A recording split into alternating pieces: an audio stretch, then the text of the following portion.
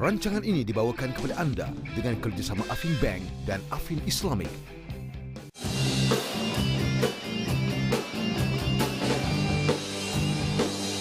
Para penonton sekalian, terimalah tauqih fulus anda, FBI. Assalamualaikum warahmatullahi wabarakatuh. Salam sejahtera diucapkan, terima kasih. Ya. 3%. Tepukan kepada mereka. Fulus, oh fulusku. Fulus. Fulus orang kata fulus. Fulus.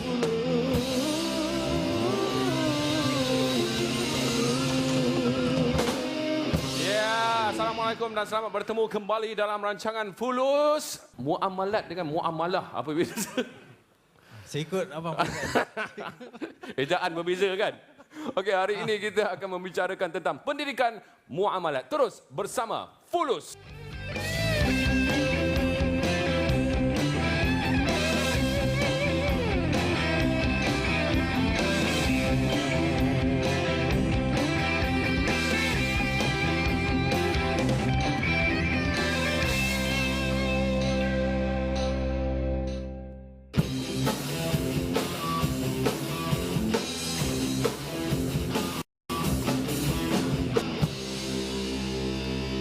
Ya, pendidikan muamalat, dan kalau kita selalu tengok dekat apa tempat kita tepi-tepi jalan, kita akan tahu muamalat tu adalah sebuah bank. Betul tak? Betul. Kan kita selalu tengoklah kan.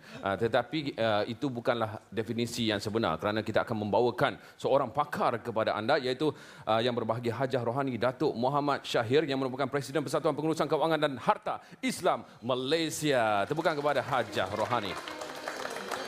Assalamualaikum Hajah. Selamat datang. Pertama kali kita bersua. Yes, terima kasih. So macam mana perasaan Hajah bersua dengan saya? Amat teruja. Saya teruja. Amat teruja. Okey, Hajah, saya sebenarnya nak tanya tentang muamalat ya. Kalau kita tengok tu ialah orang ramai tengok sebagai sebuah institusi kewangan. Ya, Tetapi definisinya secara mudah Itulah pasal. untuk kita fahami. Itulah. Apakah itu muamalat? Banyak confusion ya. Sebenarnya memang betul sangat Faizal cakap tadi, kalau orang fikir dengar istilah muamalat tu orang ingat nama bank dia. Betul? Tapi kalau tengok definisi, saya kena baca sikitlah definisi dia tapi cepat-cepat. Baca. So muamalat adalah aktiviti yang melibatkan perhubungan manusia dengan manusia.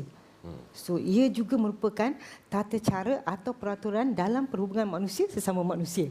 Tetapi ini kan dia sebenarnya merangkumi ekonomi dan sosial Islam, tapi kena berlandaskan syariah Allah SWT. Itulah dia. Itu definisi muamalat. Tetapi kalau muamalah, apa beza dia? Muamalah. So dia kata muamalah pula adalah aturan hukum-hukum Allah yang wajib ditaati, tapi ini kan baru ini spesifik tentang memperoleh dan mengembangkan harta.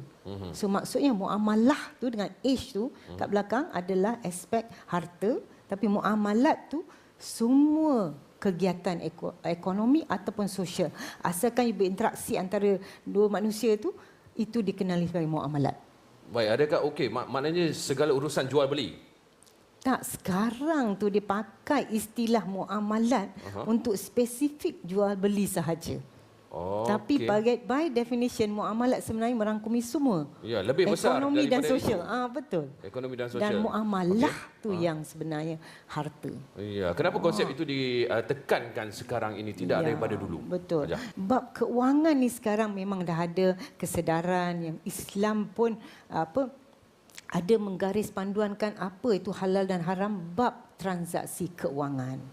So itu di sinilah kita banyak berbicara tentang pendidikan muamalat, aspek itu. Ya. Aspek jual beli, aspek buat untung, aspek buat pembiayaan dan segala tu. Maknanya ada kaitanlah dengan apa pemilihan di antara Islamik dan juga konvensional macam tu. Ya, ada kaitan dan itu yang amat pentinglah sebab soal keberkatan wujud di sini ya. Sebab kita tak maulah apa-apa transaksi kewangan kita main redah je, pokoknya dapat duit. Sebab sekarang kita sering cakap duit kita, dollar bill atau note kita tu tak ada tulis mana halal mana haram.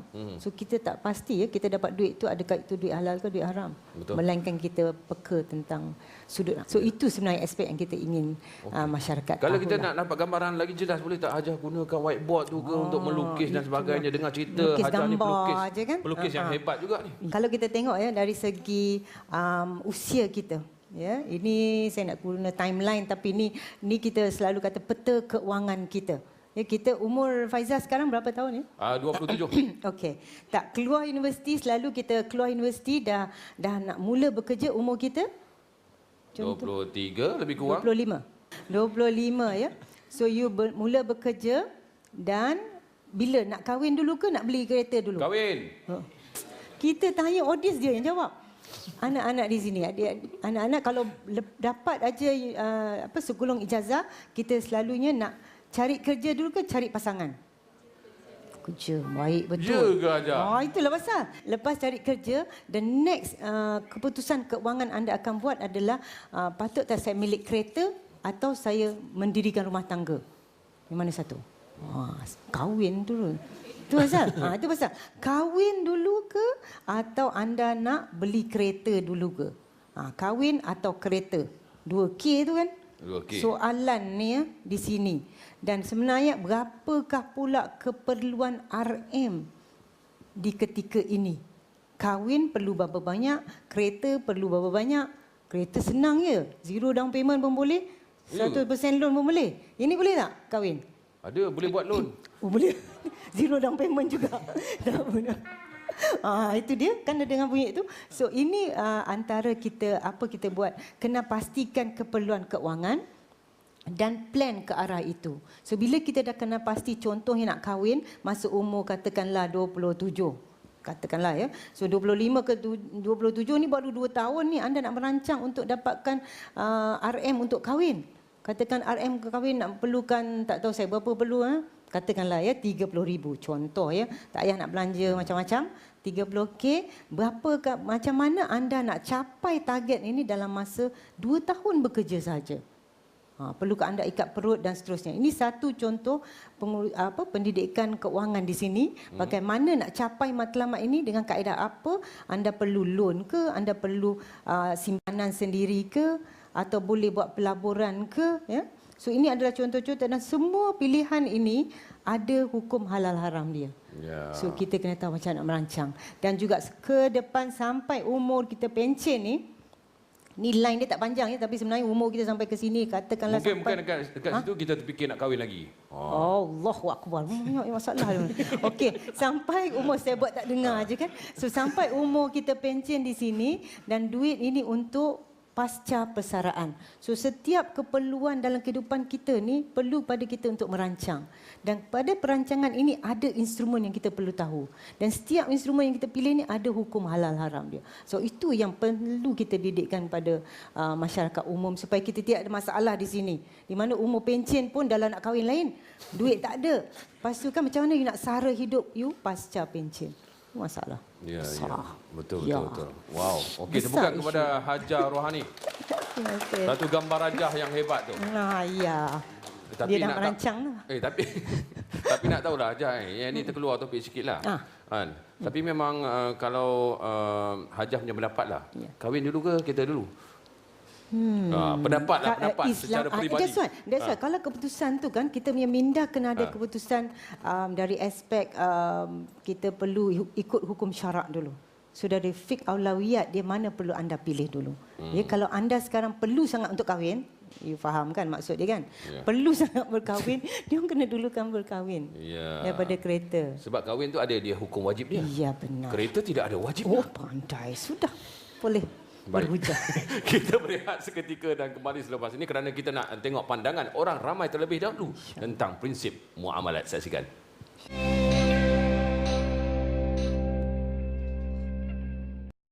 Muamalat.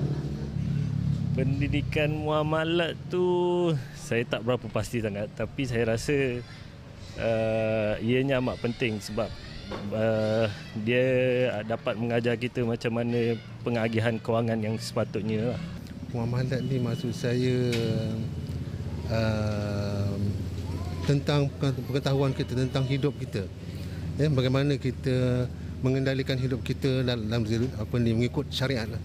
Ya, baik dari segi apa saja, dari segi kehidupan lah. Daripada segi fiqahnya atau dari segi peribadinya dan segala-galanya lah.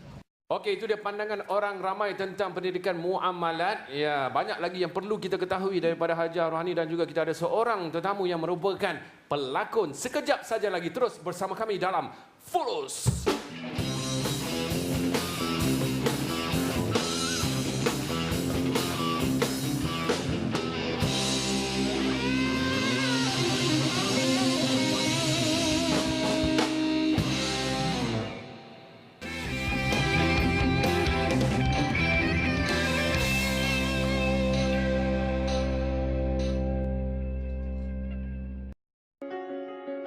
Setiap dari kita punya cita-cita dari saat kita dilahirkan. Umpama kanvas putih, bagaimana cara hidup kita dicorakkan?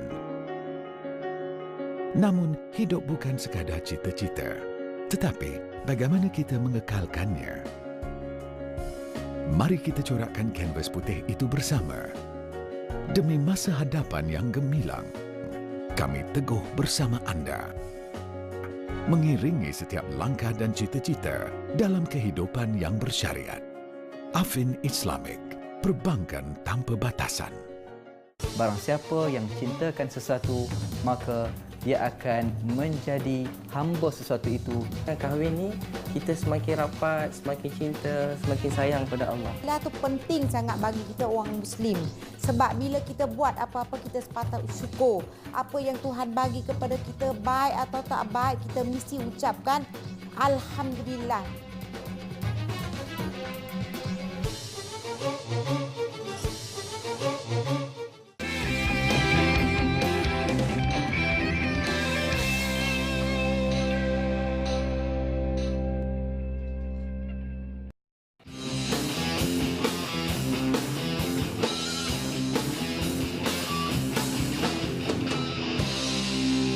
Terima kasih kerana masih lagi bersama Fulus, dan tetamu kita hari ini merupakan Hajar Rohani Datuk Muhammad Syahir, Presiden Persatuan Pengurusan Kewangan dan Harta Islam Malaysia. Okey, tapi sekarang ni kita akan bersama dengan seorang lagi tetamu jemputan. Beliau merupakan seorang pelakon yang sedang meningkat naik sekarang ini.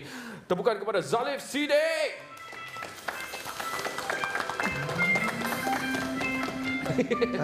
Apa khabar? Sihat. Alhamdulillah. Ajar. Okey, silakan duduk. Lama betul dah. Okey, Zalif. Sihat ya? Alhamdulillah, sihat. Sebelum kita bertanyakan kepada tentang muamalat, ya, kita nak tanya tentang apa yang sedang lakukan sekarang ini. Daripada segi penggambaran ke syuting ke, ada lagi tak? Saya sekarang ni tengah buat promosi untuk filem terbaru saya, iaitu Jangan Pandang Belakang Boleh. Jangan Pandang Belakang Boleh.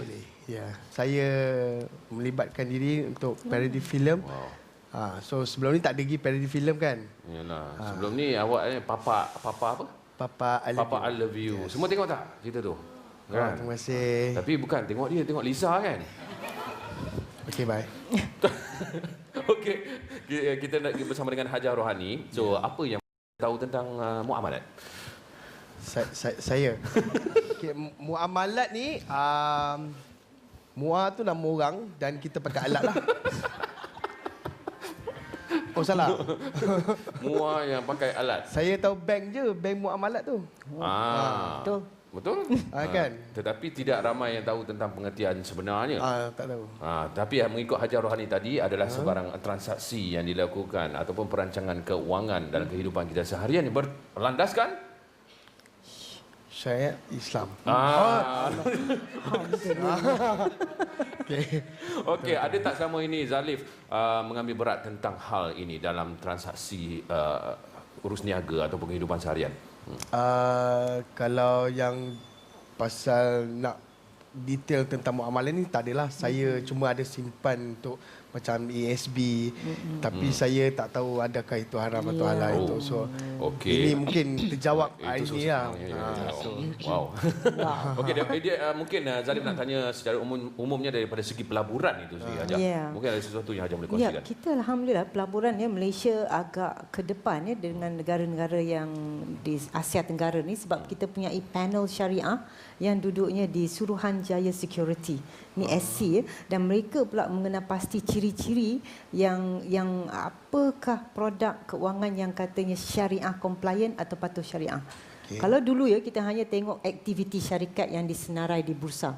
Selalu kalau pasaran modal kita tengok bursa saham lah Bursa kita ada banyak lebih kurang 900 saham yang disenarai. So saham yang disenarai ni setiap satu saham tu punya aktiviti syarikat lah kan. So aktiviti yang mereka melibatkan diri, asalkan aktiviti syarikat yang disenarai tu tidak melanggar syariah, that means dia orang tak buat arak, dia orang tak buat maksiat, tak buat riba, tidak ada insurans dan tidak buat perjudian, dan mereka ni dikatanya patuh syariah. So pada satu ketika kita punya saham daripada 800 lebih tu 80% atau nak dekat 90% adalah patuh syariah lah. Tapi baru-baru ni mereka ketat lagi kriteria, dia tengok pula lagi saham syarikat tu mesti tak banyak buat operasi dengan bank konvensional. So pastikan macam syarikat ABC ni, akaun dia pun dibuka dengan bank yang Islamik. Tak banyak akaun dia yang ada dalam bank konvensional. So bila dia orang buat ciri ni lebih ketat, banyaklah saham kita dulu dianggap patuh syariah, sekarang keluar daripada garis panduan patuh syariah. So dia orang tengok sampai dia panggilnya secondary check. Ini sebab kita sekarang nak tarik pelabur daripada asing pelabur luar negara, dan di peringkat antarabangsa ini mereka gunakan sebagai kriteria patuh syariah. So kalau kita pula sebagai pelabur kecil-kecil ini, kita mana nak tahu kan mana saham halal, mana saham tak halal. Contohnya satu nama syarikat ni, nama dia macam syariah compliant tapi sebenarnya dia membuat perjudian di kapal mewah. So itu pun tak boleh. Tapi kalau kita masuk direct saham bursa, kita kena tahu ciri-ciri ni, dan kalau kita tengok akhbar, dia orang ada macam tanda lah, kod. So kalau kod dia macam ada kotak di sebelah saham tu, dia syariah compliant. So kita kena peka dan tahulah. Tapi kalau macam ada orang nak beli kereta tu, macam salesman tu akan macam sebelum sign tu dia akan ambil commission dia. Betul. Commission tu kita benda tu haram atau halal? Commission tak apa, memang dibenarkan. Macam kalau duit tepi dia lah. Kalau duit tepi itu antara dia dengan orang tu lah, bukan you yang bayar dia kan. Macam dia nak approvekan bank tu. Itu rasuah lah. Kalau ambil yang commission, that means orang yang tukang jual kereta. Awak lah yang buat siapa ni? Tak. Saya tanya kawan saya tanya. Dia jual kereta, dia dapat komisen atas jualan kereta tu lain. Tapi lain. Tadi you kata nak loan, you nak di-approve kan? You kena bayar orang. Melainkan dia ada processing fees. Itu memang dalam you punya loan paper. That's okay. Tapi jangan bayar pegawai bank untuk cepat luluskan you punya loan. Itu maknanya yang menerima tu sudah pastilah, tetapi yang membayar pun kena sama. Selain daripada apa yang kita bincangkan tadi, riba dan sebagainya, apa lagi sebenarnya jenis-jenis transaksi yang tidak dibenarkan menurut prinsip muamalah ni? Dia banyak macam jenis pelaburan ni, ada juga yang panggil spekulasi atau ada istilah dia kata istilah investment dia panggil churning. Kadang saham yang dibeli ni saja untuk menaik-naikkan harga dia. Ada sindiket yang memainkan saham tersebut. Hanya untuk buat tips dan rumours. Kan kita pernah dengar istilah tu kan. Hot tip Pagi ni I tengah beli saham ni. You ikut you ikut saham ni sekarang RM1 lebih You tengok nanti tengah hari dia akan naik RM2. Ada tau orang-orang yang tengah buat. Transaksi mata wang pun ada juga. Transaksi mata wang, spekulasi. Ini ada sedikit unsur-unsur macam berjudi jugalah. Dan menaikkan benda tu atas dasar penipuan. Maksudnya saham tersebut nilai syarikat tu tak naik. Tapi orang yang membuat dia menaikkan. Maksud ini sebenarnya kalau kita ada masuk Islamic value, benda ni tak dibenarkan syariah. Betul. Kemungkinan sekarang ini bila kita dengar apa yang Hajah terangkan dan sebagainya, ada di antara kita sebahagian besar yang mengatakan, dah banyak dah aku terlibat dalam benda-benda yang macam unsur-unsur yang macam ni. So macam mana kita nak susun atur balik kehidupan kita supaya berlandaskan? Itulah. Kadang memang akhir-akhir zaman ni memang orang sedikit sebanyak akan terlibat dengan riba, dengan credit cardnya, dengan investment dia, dengan banking dia kan. So kita kena tahu taubat nasuha dan mintalah Allah tunjuk kita supaya jalan kita ni bebas dari riba ya. Dan kadang-kadang itulah sebabnya hidup kita tak pernah tenang ya. Duit banyak mana pun takkan tenang sebab ada benda yang kita sedang berperangan Allah dan tak kena. Okay, tidak ada keberkatan. Kita harapkan Zalif selepas ini akan tenanglah, insya-Allah InsyaAllah. mendengarkan penerangan ajar. Dan kita juga akan buka soalan kepada adik-adik kita yang belajar Islamic Banking ni sebentar saja lagi. Okey, terus bersama kami dalam Fulus.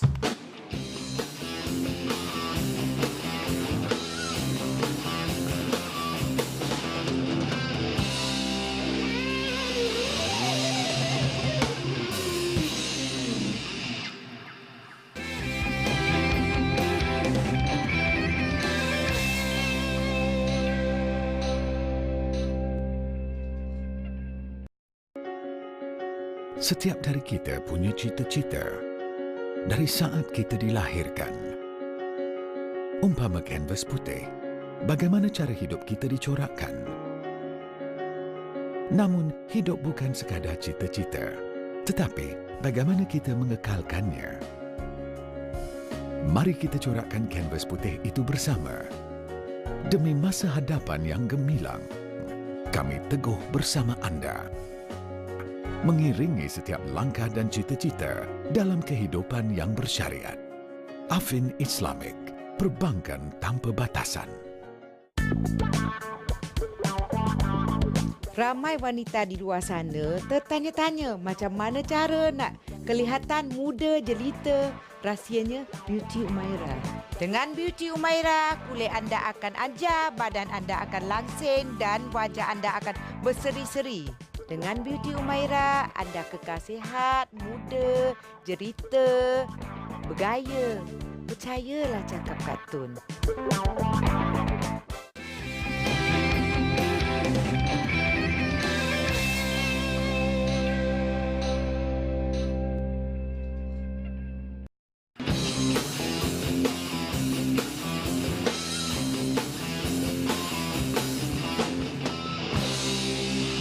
Selamat kembali dalam rancangan Fulus. Episod kali ini kita membincangkan tentang pendidikan muamalat.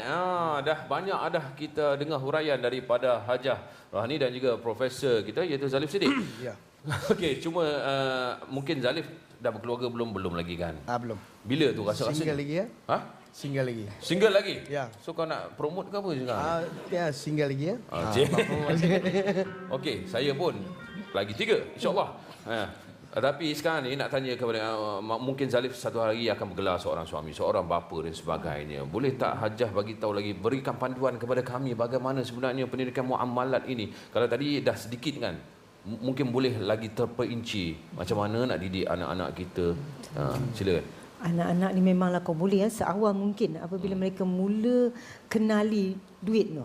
Sebab memang dari sekolah dah kita dah diajar macam mana kan, kita copy duit 20 sen 50 sen, lepas tu belajar macam nak dapat bayar sesuatu barang dapat duit baki berapa kan, kira. So duit tu memang anak-anak pada awal pun dia dah tahu belanja. Kalau mereka dapat duit raya banyak-banyak kan, kadang ramai parents duit raya dapat banyak, tak apalah biar dia belanja semua.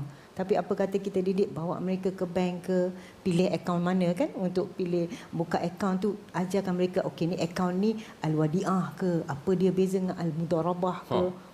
Bukan mudah rubah, mudarabah. Selalu yang kita akan pilihlah, kalau dulu al-wadiah aja ada di bank Islam, bank Islam lah ya. Sekarang dah ada juga al-mudarabah account. So masukkan mereka, isikan borang supaya mereka dekati dunia muamalat atau keuangan Islam ni. Bukan mereka asingkan diri.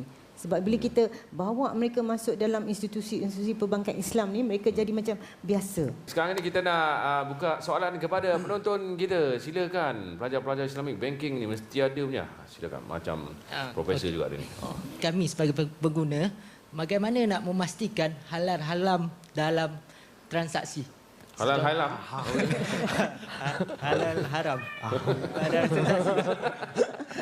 Sebenarnya memang nak cakap, saya pun nak cakap halam dah tadi tahu. So dalam transaksi atau kita kadang akan diikat dengan kontrak. So kontrak itu merupakan dokumen ya, dokumen yang kita sign bila kita buat transaksi kewangan, selalu dokumen ada. So pastikan anda baca dokumen tersebut dan tidak ada terselindung di sebalik dokumen tu interest on areas, penalties, benda-benda yang kadang kita tak ambil kira nak baca, tapi benda tu akan sebenarnya kenakan kos tinggi untuk kita, dan itu ada unsur-unsur riba jugalah. So anda jual beli rumah, jual beli kereta. Sebenarnya kita jual motor kat kawan pun ya. Kadang-kadang kita ambil macam sambil lewat, tak apalah kawan nak ambil motor saya, dia continue payment. So walaupun pinjaman atau you nak jual motor you atau you pinjam duit daripada bapa you pun kena tulis, dan pastikan bila you tulis tu siapa saksi pula yang anda dah ambil pinjam atau beri pinjam.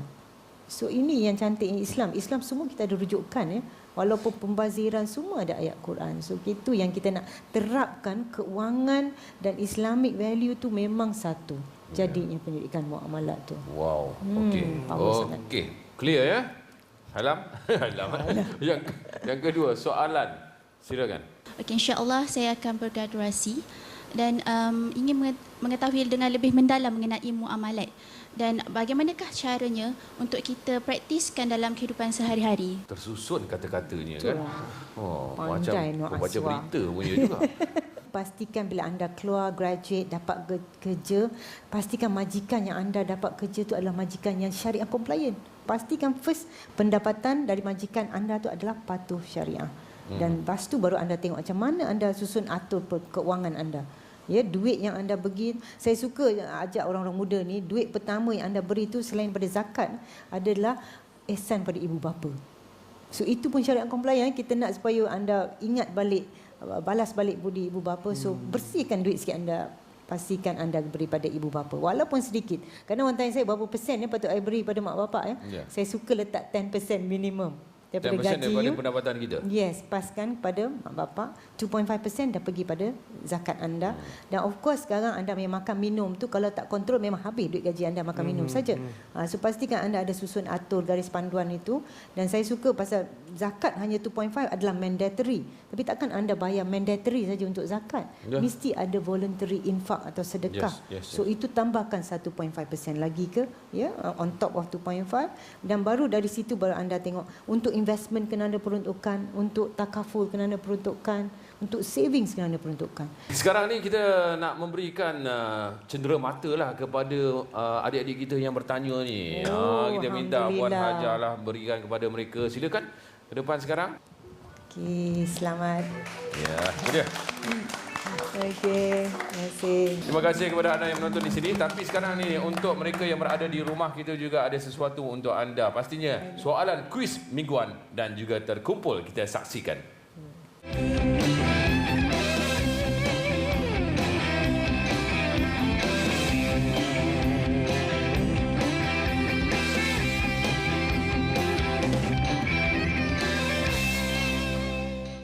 Baik, terima kasih banyak-banyak kepada anda yang setia menonton Fulus setiap hari Jumaat 9 malam di TV Al-Hijrah. Mungkin kita nak dengarkan sesuatu kata-kata akhirlah daripada tetamu kita hari ini, Zalif. Silakan Profesor. Yang mungkin anda nak kata, nak sampaikan mesej. Mesej tak ada, tapi saya tahu lebih detail lah tentang perbelanjaan dengan cara syariah Islam ni. Ya betul, kita nampak tadi kan, kita sama-sama belajar sebenarnya. Itu yang bestnya, yang orang kata baiknya tentang rancangan Fulus ni. Saya pun bersyukur dapat mengacara.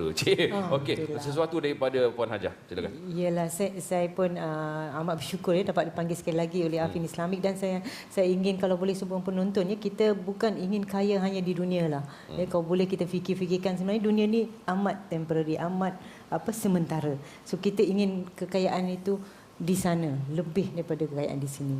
So fikirkan istilah itu, insya-Allah.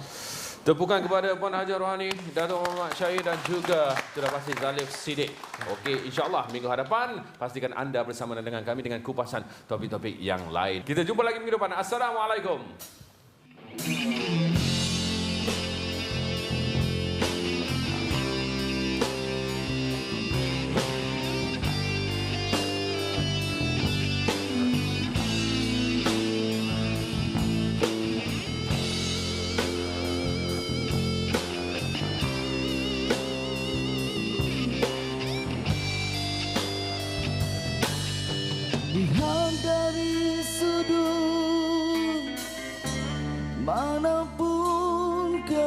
melihat diri ini, walaupun dari atas sekali semua adalah sama. Biarpun cantik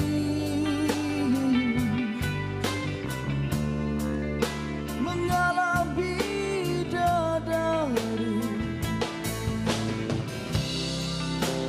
namun hatiku tidak mungkin kau dapat menguasai. Saya punya jenis kalau dah berhutang tu mesti nak kena bayar terus. Ya. Tapi kalau orang berhutang dengan saya tak ingat dia hutang saya. Tiba-tiba ni nak bayar hutang, ada ke hutang dengan kita? So dia kata seronok jugalah bila berhutang dengan saya sebab saya tak ingat pun dia berhutang saya. So ramai-ramai boleh pinjam buat pinjaman kepada Heliza. Lepas ni saya akan tulislah, siap dekat gambar lagi. Oh, kamu hutang saya berapa.